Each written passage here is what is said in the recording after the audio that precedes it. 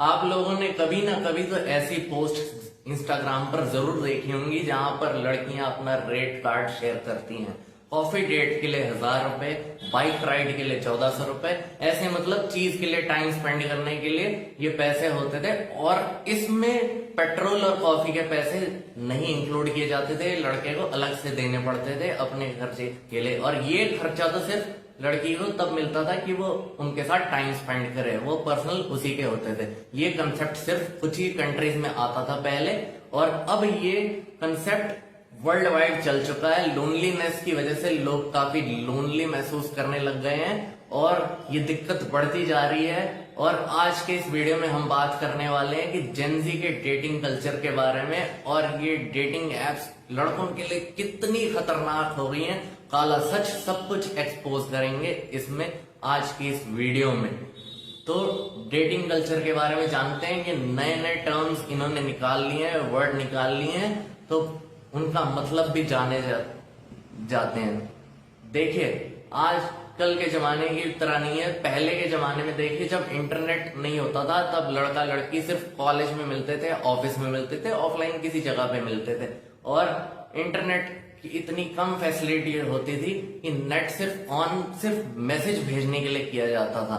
और cyber cafe में line लगती थी इतनी।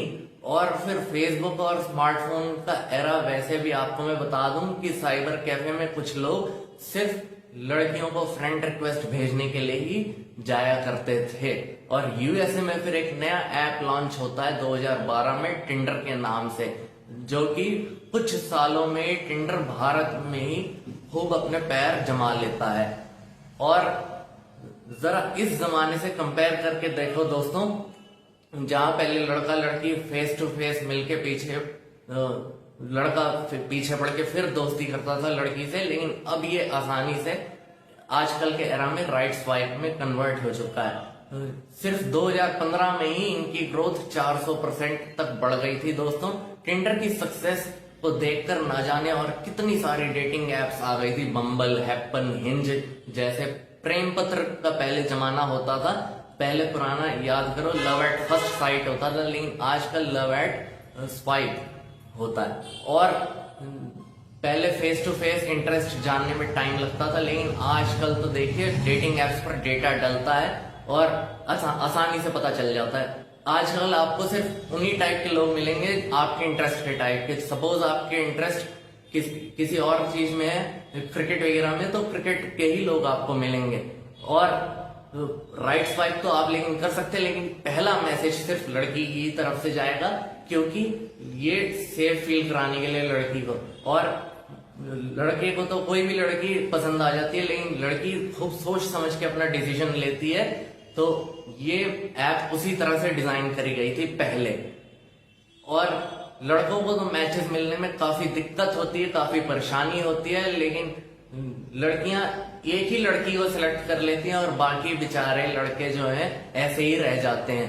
पहले ये जान लेते हैं कि कितनी तरह की जनरेशन्स होती हैं, और ग्रेटेस्ट जनरेशन जीआई जिसे कहते हैं, जीआई जनरेशन, जो कि 1901 से 1927 में पैदा हुई। और साइलेंट जनरेशन 1928 से 1945, बेबी बूम जनरेशन 1946 से 1964, और जनरेशन एक्स जो है 1965 से लेकर 1980, मिलेनियन जनरेशन, और जेन वाई जनरेशन 1981 से 1966, और जेन जी 1997 से 2010 तक। 2010 से 2024 अल्फा और बीटा 2025 से शुरू होता है।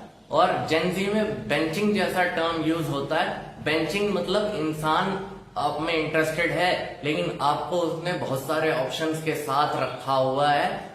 मतलब जब आपका नंबर तभी आएगा, लाइन में लगोगे आप, जब उस इंसान से उसकी बात बन ना पाए। अगला टर्म जो है ब्रेड क्रम्बिंग का है, ब्रेड क्रम्बिंग जिसे कहते हैं। और ये मतलब से ही आप समझ जाते हो कि इंसान आपको छोटे छोटे पीस ऑफ ब्रेड फेंकेगा जस्ट फॉर अटेंशन के लिए। और बाद में आपको लगता है कि ये सही में इंटरेस्टेड होता है, लेकिन वो आप में सही में इंटरेस्टेड नहीं होता। और जब दूसरे इंसान से कंफर्म करने के लिए कि ये सच में एक रिलेशनशिप है या नहीं है, बताओ इस चीज के बारे में कहा जाता है, तो इस चीज को सिचुएशनशिप कहा जाता है। इसमें आप मजबूर होते हो कि आपके पास कोई ऑप्शन नहीं होता, उस समय उस इंसान को भी पता चल जाता है कि इसके पास तो कोई ऑप्शन ही नहीं है मेरे अलावा, तो वो आपका गलत इस्तेमाल करने लगता है, नीचा दिखाने लगता है। आजकल की डेटिंग एप्स में किसी के लिए तो लाइन लगी होती है और किसी को एक मैच भी नहीं मिल रहा होता। जेन ज़ी की डेटिंग कल्चर में डार्क रियलिटी है ये सब। अब इसमें अगला टर्म आता है घोस्टिंग का। घोस्टिंग का मतलब बिना बताए वो इंसान आपसे एकदम से कांटेक्ट तोड़ देता है, रिस्पॉन्ड भी नहीं करता और ब्लॉक कर देता है। जब मैं इस वीडियो के बारे में रिसर्च कर रहा था दोस्तों, तो एक नया टर्म मिला मुझे कैटफिश के बारे में। पॉपुलर है ये काफी, और फेक प्रोफाइल लड़कियां जो है वो टाइम पास के लिए चलाती हैं और लड़के चलाते हैं इसे। और लड़के तो बेचारे सीरियस मैच पाने के लिए चाहते हैं, लेकिन लड़कियां बेचारे और लड़के जो है मजे लेने के लिए इस ऐप का इस्तेमाल करते हैं। और उनके पास आपकी सारी इंफॉर्मेशन होती है डेटिंग एप्स के बारे में, और डेटिंग एप्स पे आपने जो सारी इंफॉर्मेशन डाल रखी होती है, वहां पर ध्यान से सुनिएगा, मैं सब लड़कियों को नहीं कह रहा, कुछ लड़कियों को कह रहा हूं सिर्फ। वहां पर नकली इंस्पेक्टर बन के वो सपोज आपको कॉल करती हैं कि आपको डराने के लिए, धमकाने के लिए कोशिश करती हैं कि आपके खिलाफ एक रेप का केस है, और जस्ट फॉर एग्जाम्पल, और वो आपसे अचानक से दिमाग आपका सुन पड़ जाता है, कुछ समझ नहीं आता, फिर आप अचानक से पैसे वैसे देने लगते हैं कि चल यार बच जाते हैं, पैसे वैसे देकर क्यों जिंदगी अपनी खराब करें, बर्बाद करें। और ऐसा केस लग जाए तो वुमेन लॉ तो देखो कितना स्ट्रांग है। तो कुछ लड़कियां रेस्टोरेंट में बुला के, रेस्टोरेंट से उनकी बातचीत होती है, फिर रेस्टोरेंट में खूब सारा खाना ऑर्डर करती हैं, खूब खाती पीती हैं यारों, और वो बाद में फिर अनबिलीवेबल एक स्टोरी बताता हूँ सच्ची, 70,000 रुपए का बिल बन गया था एक लड़के का, कि लड़के को लोन लेकर पैसा चुकता करना पड़ा, और बाद में फिर लड़की ने खा पी कर उस लड़के को ब्लॉक कर दिया, और प्रॉफिट जो है रेस्टोरेंट वाले के साथ ही शेयर कर लिया। और बाद में तो पुलिस ने इस गैंग को पकड़ लिया था। और दोस्तों मैं आपसे यही कहना चाहता हूँ, कितनी भी लोनलीनेस महसूस हो, आपको इस ऐप का इस्तेमाल बिल्कुल नहीं करना है। और एक इंसान को अगर मल्टीपल ऑप्शंस की आदत पड़ जाती है तो वो मीनिंगफुल रिलेशनशिप आपके साथ नहीं बना पाता, चाहे आप कितने भी लॉयल हो जाओ इस इंसान के बारे में।